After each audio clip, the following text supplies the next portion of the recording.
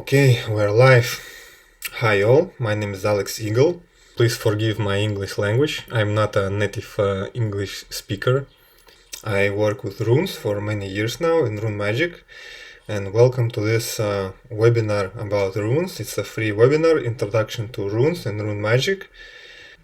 An introduction to runes, as I teach it on my course, as a complete system of magic. Complete meaning that you can do anything with it. You can encode any your intent in the shape of a rune formula and work on manifesting it. So also Rune Magick as a spiritual path, as a path towards awakening, how you can use runes, different exercises, how you can use runic amulets to heal yourself, to develop your abilities, and to eventually come towards awakening. Okay, here's a short overview what is this webinar will be about. I will introduce you to runes. I will talk what are runes, some historical information about runes. We will talk about magic in general, what is magic, how it works, and also specifically about rune magic, how we can use runes to our advantage, to heal ourselves, to achieve our desires, to bring what we want into our life. So yeah, Rune Magick as a spiritual path and methods of awakening. I will share how you can progress on your spiritual path with runes and Rune Magick, and also working with different deities, gods. By spiritual path, I mean your personal development, your healing as a being, as a soul, your growing into your power, being more powerful, being more yourself, shaping your life like you want it to be, like you want it to see, being happier, helping yourself, helping your close ones, and growing as a being as it should be done here on earth in existence. And how runes can help you on this path. This is my goal, to share this method. So in this course I'll try to be as clear and concise as possible. It will be packed with value and as less water as possible. So this course may be a bit long. There are about 120 slides in my presentation. I guess we will split it possibly into a few days. So yeah, as I said, I will introduce you to what are runes, tell about the history of the runes and different related information. Then we will proceed to exploring what is rune divination, how it was used in some historical sources, and how can you practically use it. Yeah, I will show you some of my rune sets, and I will show you an example how rune divination can be performed, and also instruct you how can you perform your runic divination already today by creating a simple rune set out of whatever you have on your hand, out of cardboard, or maybe you already have a rune set, so you will be able to use it immediately and give you pointers how you can interpret the runes that you pull out. Okay, so also we will touch the frequently asked questions and make questions about runes, magic. Those are questions like can you use runes? Is it safe for you? Are there any dangers? How runes work? What are the main aspects you should pay attention to when working with runes? How to make your rune magic work better than before? And yeah, the main point is how to do it safely, because this is it's a very serious and powerful tool. Yeah, we'll also explore how actually does magic work, what is magic, what goes on in a magical process, and how does rune magic work, how exactly does runes work in the magical amulet. So also we will you will be able to try and see if runes work for you, personally for you. We will activate a very simple and safe runic formula, and you will be able to see what are the effects on you and how it works, and do you like it. Yeah, so you will be able to also try your first simple rune magic ritual today. I will give all the needed instructions, very simple and safe step-by-step instructions, how you can choose a runic formula, how you can compose or just repeat the incantation that I composed for you. It will be a cleansing formula, so you will perform a magical runic cleansing that will remove some of the negative energy, like evil eyes, curses, or roadblocks, something like that. So yes, you will be able to do it for free today. And also a lot of tips and insights into the nature of magic and runes and how to perform magic and many related things. So a little bit about me, why you may be interested in listening to me.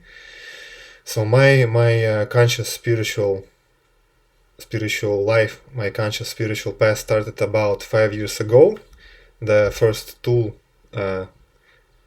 so it started like this,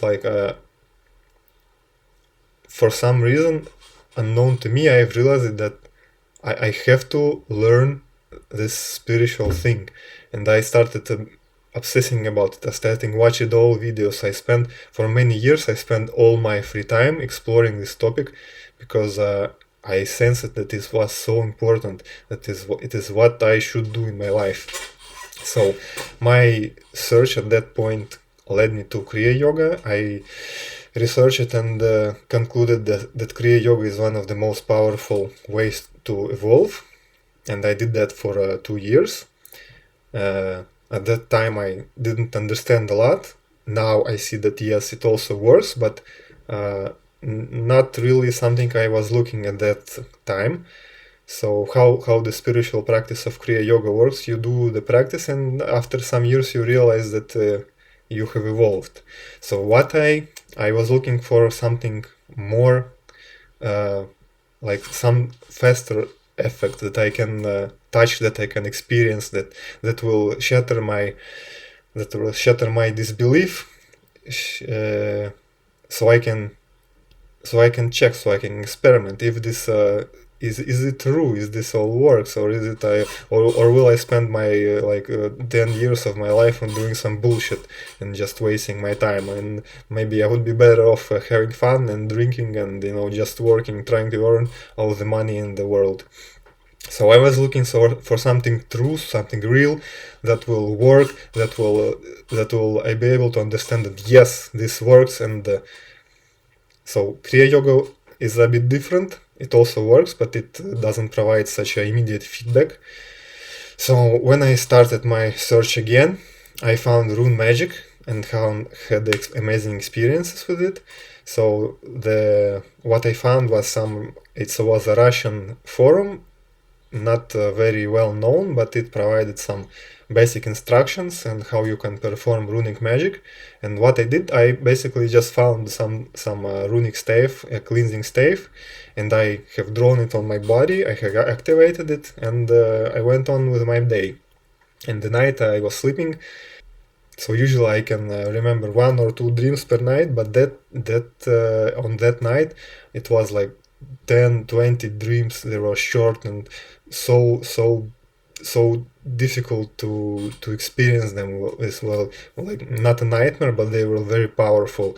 I saw different people from my life, from my past, and maybe some situations when I have lost some power and maybe did some not very good choices, and it also resulted in me reducing my energy.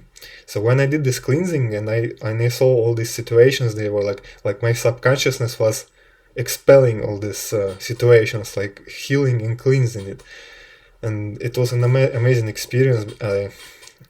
Weeks after that day, I still had insights and revelations about what the situation was and how exactly it has affected me, and how now I have healed after this just 1 day of a runic stave that I have drawn on myself. So yeah, so that was my first experience with Rune Magick, and that completely shattered my skepticism. Another interesting side effect of the Rune Magick cleansing was that different people from my past started just randomly appearing in my life, calling me and saying, hey, like, how are you doing? What's up? People to whom I haven't spoken for a long time. And I have also seen them in my dreams, and in the next few days they started reappearing in my life, and that was exactly what was described in the instructions to this runic cleanse. So I can rationalize it like that, so that some kind of a inner healing on the soul level has happened, and maybe these people were also somehow related to these situations, and so this my connection to them was somehow energized, because yes, I become energized, and those parts of me, those were maybe stuck in the past with these people, those like were released, were healed, the energy was returned to its rightful place in my soul, in their soul, and that somehow sparked a desire to connect. I don't know, maybe something like that. So yeah, that completely shattered my skepticism. So and then after that, I dedicated all my free time to reading, learning about rune magic, reading books, experimenting, trying, passing many courses. And at this point, it's about 3 years when I'm in this constant process of experimentation and studying rune magic. So during this time, I have understood how it works. I have made a lot of mistakes. I have gained a lot of experience. I've seen what works and seen what doesn't work, so I can teach you. I'm not saying that I'm super grandmaster of rune magic, but I definitely and confidently can say that I understand how it works, and I can teach you to learn and to start using it to your advantage. That is definitely, and I'm very confident in this, in my capability. So yeah, so I can teach you how to use runes to your advantage, to your healing, to your awakening, to removing roadblocks, obstacles from your life, to helping you to understand better yourself through runic divination, and also developing your abilities, attracting in your life what you want, what you desire, healing the main areas of your life, like finances, like starting earning more, get a better relationship, progress on your spiritual path, develop clairvoyance, all that. Everything is possible with rune magic, and I have experience doing that.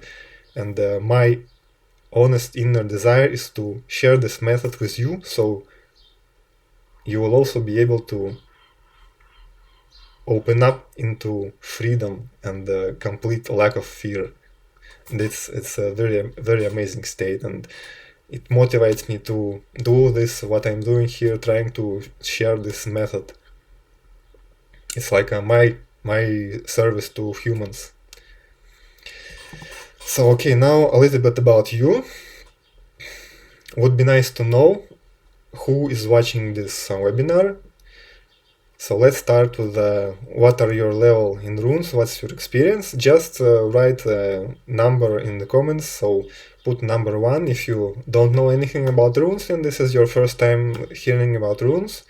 Put number 2 if you maybe have heard something, but not too much, maybe have read a book about it, watched some videos. So put number 3 if you have some experience, maybe you already have a rune set, maybe you have launched some kind of a rune stave. And if you already are working with runes for some time, maybe for a year, maybe you have passed already some course about runes, read books, have your rune set, maybe perform some rituals, have already some kind of experience and understanding, then put number 4. So, and put number 5 if you're a master of runes, if you're on this path for many years, tried a lot of things, and also could share maybe some of your experience. Would be nice to know who are the people who watching this webinar, so I can also understand maybe how can I work with you better. So yeah, please don't be shy and put the number in the comments. Also another good thing to do is to understand why are you interested in runes. So what is your intention with runes? What draws you to the runes? Why are you watching this webinar? What do you want from it?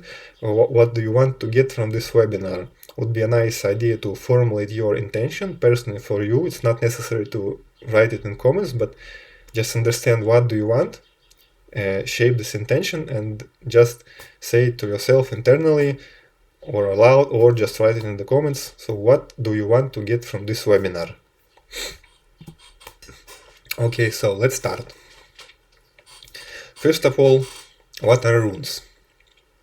So runes, said simply, runes are a magical alphabet. So magical alphabet means that it's some kind of a collection of symbols. Those are used for magical purposes, not for communication, as opposed to a normal alphabet, for example, as the English alphabet. You use it for communication. So a magical alphabet is not used for communication, but used for magical purposes. So there are many different magical alphabets. So each of them has a potential possibility to work as a system of magic. So the ones that I heard of are runes. There are many types of runes. There are Scandinavian runes, there are Turkic runes, there are Slavic, and many other runes. Definitely many runes that I even haven't heard about. So another magical alphabet is the Hebrew and the Kabbalistic system attached to it. It's widely used in the system of the Golden Dawn, the Hermetic Order of the Golden Dawn. I have also some experience with that system. Actually, I did in parallel the rune work and the Hermetic Order of the Golden Dawn. And then later I decided to stick with runes because the runes resonated with me much more. So another magical alphabet is the Ogham.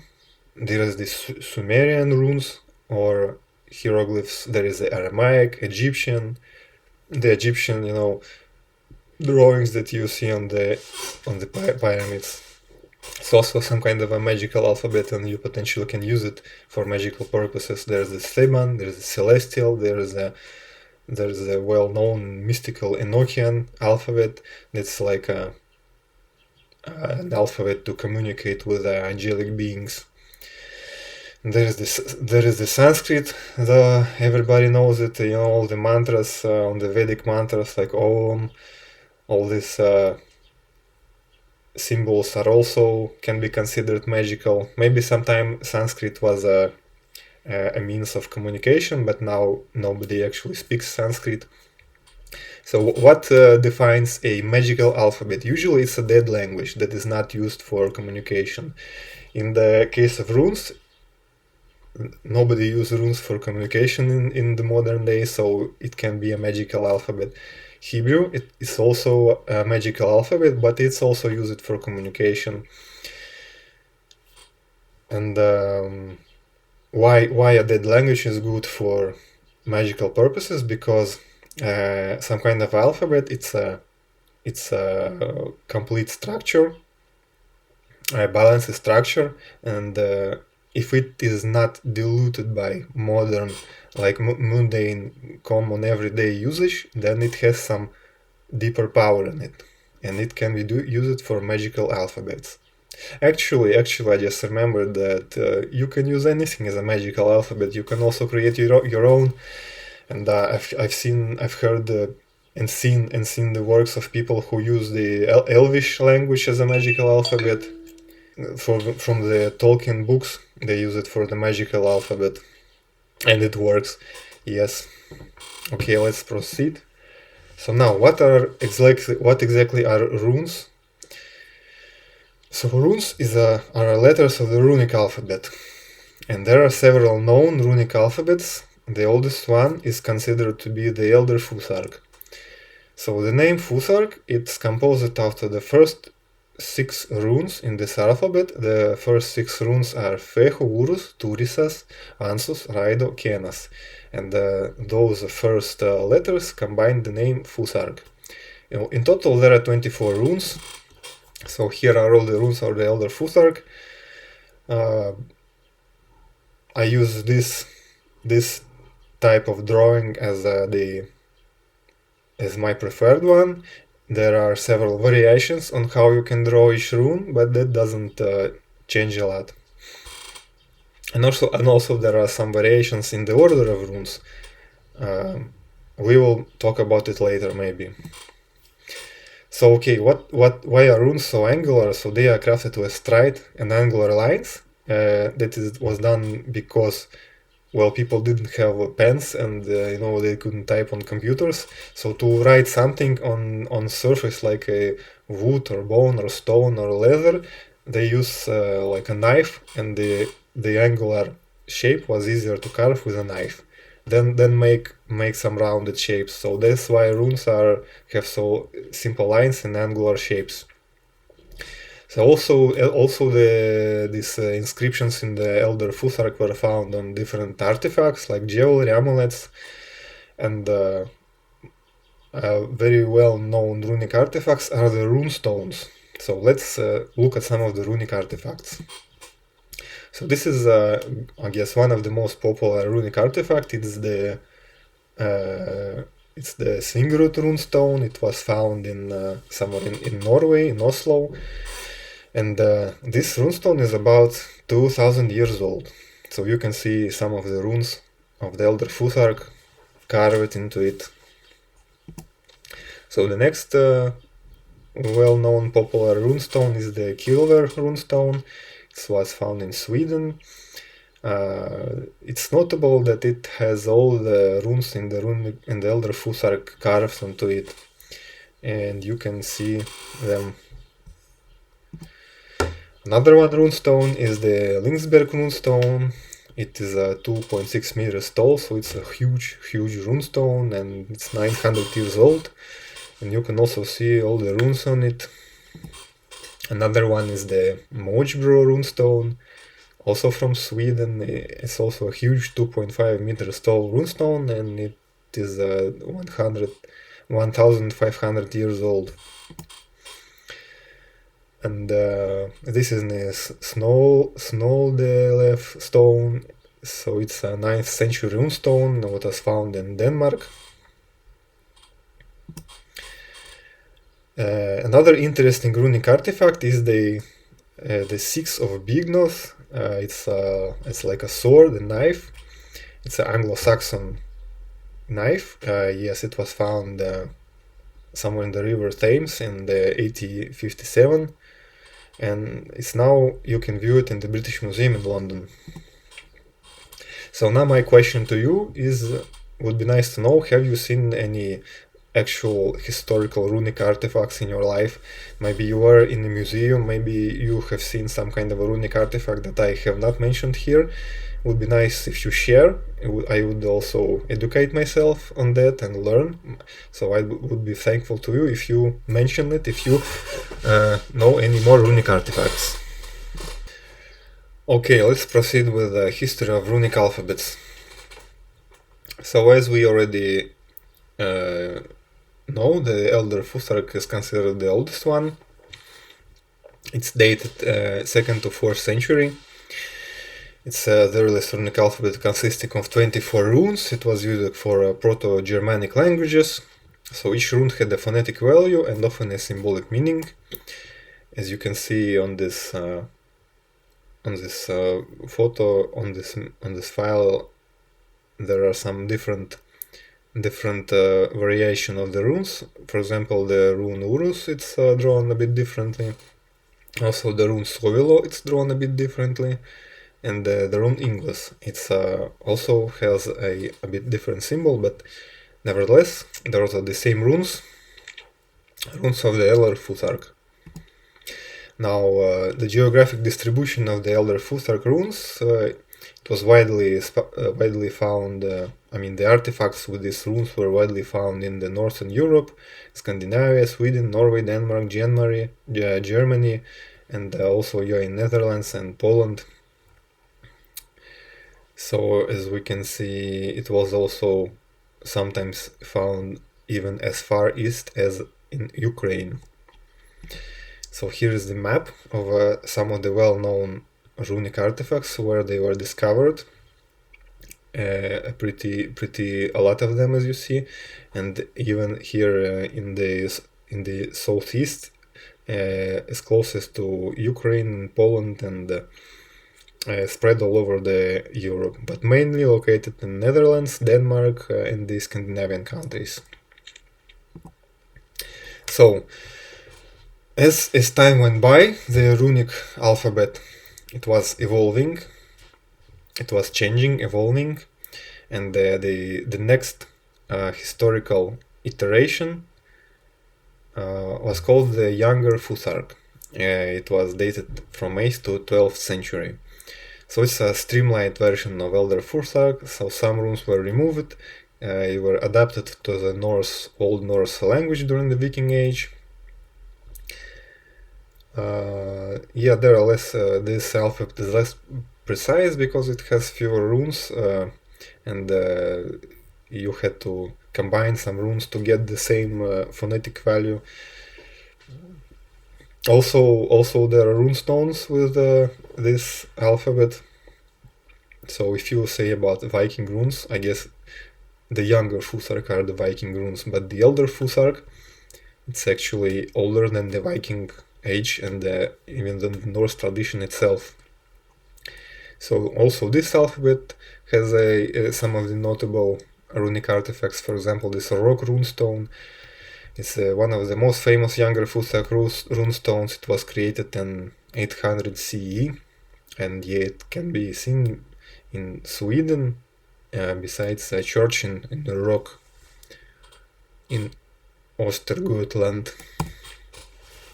So also the geographic distribution of Younger Futhark, it was dominant in the Viking Age, Scandinavia, Sweden, Norway, Denmark, Iceland, mostly located in the central and southern Sweden, and it's said that it has about 1000 runestones with the Younger Futhark. Eastern Norway, in Denmark, and settlements in Iceland, Greenland, and also in the British Isle of Man. So the next generation of the Futhark was the Anglo-Saxon Futhark, dated from 5th to 11th century. In this generation, it was an expanded version. They added more runes, so tell it to the old English phonetics. So it was developed after the Anglo-Saxon settlement in Britain, includes additional runes like Os and Ace.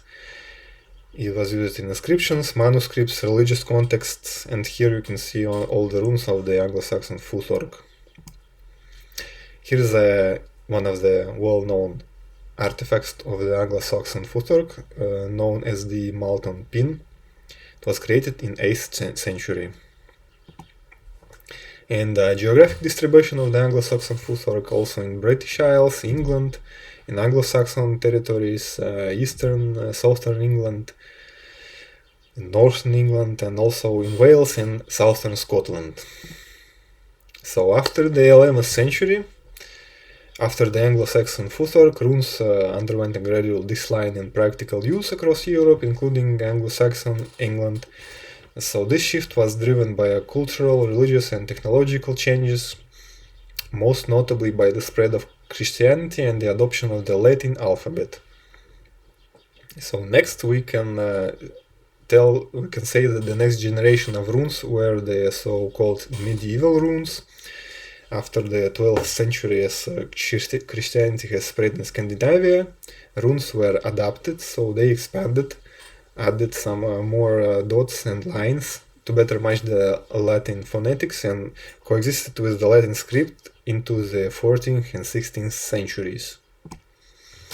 In the late Middle Ages, by the late Middle Ages, the technological advance created the printing press and standardized Latin alphabets, so there was no longer need to carve something into wood, into stone, and there was a printing press created, and everything that could be written was usually printed on paper. So runes in our day, currently nobody almost uses runes, I mean for communication. Due to technological advancements, carving runes into wood and stone was no longer required, so runes as a writing system died, and instead the magical aspects of the ancient runic alphabets have naturally surfaced. Now, what makes runes magical and powerful? Once they are widely used, they become a dead language. That means that when they were used, the usage of these symbols, archetypes, and shapes was embedded in the collective unconscious, in the human subconsciousness and the collective unconscious. And then when it became a dead language, it was no longer used in every day. So the conscious memory of this alphabet has faded, but the collective unconscious still had these symbols. And the deep archetypal energy of each rune was no longer diluted by mundane everyday usage, which made those symbols hold more power. Now, let's proceed to runic divination. First, my question to you is, have you ever did any divination? Do you know any other divination system? Maybe you have already performed some divination, maybe with runes, maybe with tarot, maybe with ogham or pendulum or any other divination. So if you've done that, please share your experience in the comments. Would be very interesting to learn what people do for divination. Now, what is rune divination? Exactly, rune divination. Said simply, it's a usage of the rune symbols. Usually they are inscribed into pieces of wood, stone, bone, or other materials to get some kind of an answer to your question. And the usual process of runic divination could look like this. A person asks a question and pulls out a rune from the rune bag, and then look at the rune, look at its symbol, and interpret what this rune, why it has come out, and what does the symbol mean in the context of the question, and how it answers the question itself. Now, there is some historical evidence of runic divination. So, written by Tacitus, the book Germania, almost 2000 years ago, a Roman historian and politician, in his book Germania, described a divination ritual among the Germanic tribes. He writes that they cut a branch, sliced it into strips, and marked this with runes. And then a priest would pray to the gods, casting the runes onto a white cloth, then pick up the runes and interpret the signs. Another historical evidence of runic divination was written by Snorri Sturluson in his Yngling saga in the 13th century. So he recounts a divination act during a Norse ritual. There was a king Granmar of Sodermanland, so he attends a blot, a sacrifice at Uppsala. And so Snorri writes that the runes fell in a way that said that the king would not live long. So this brief mention ties the practice to a sacrificial context, implying that casting runes was used to interpret the will of the gods or foresee fate.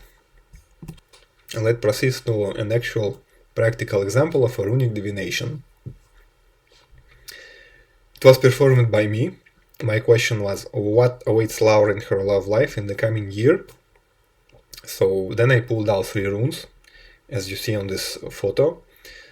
The left rune is Ansus, the rune in the middle is Kenas, and the right rune is Teos. Now let's try to interpret these runes. So there is a usual spread of 3 rune spread, and usually the left one rune represents the past, the middle one is the present, and the right one is the future. So in this spread, the right one rune Ansus represents the past. So in this context of the question, Ansus could mean communication or thoughts. And I interpret it as, in the past, Laura had a lot of positive communication in her love life, or also maybe she had some good constructive thoughts about how to approach her personal romantic endeavors. So now the present, it's the Kenas. Kenas is the rune of fire, of passion. And in the present, I see that there is an energy of this fire and passion, so I can interpret it that currently Laura has this energy in her love life.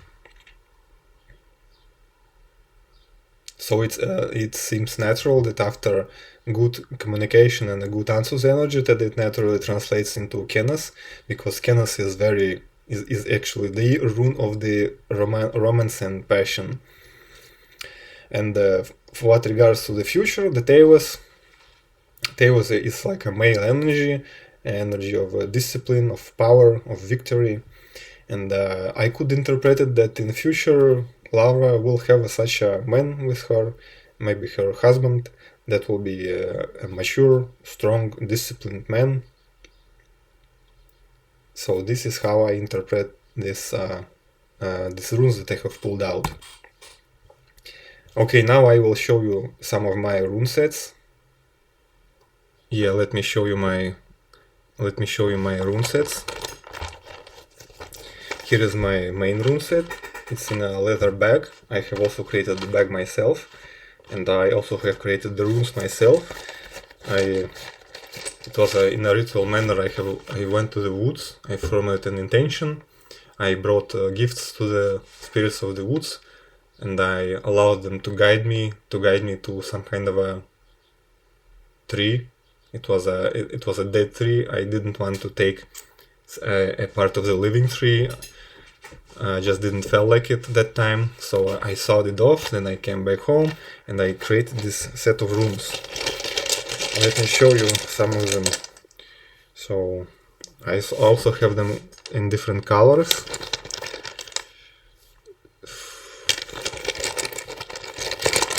So yeah, here are my sets of runes.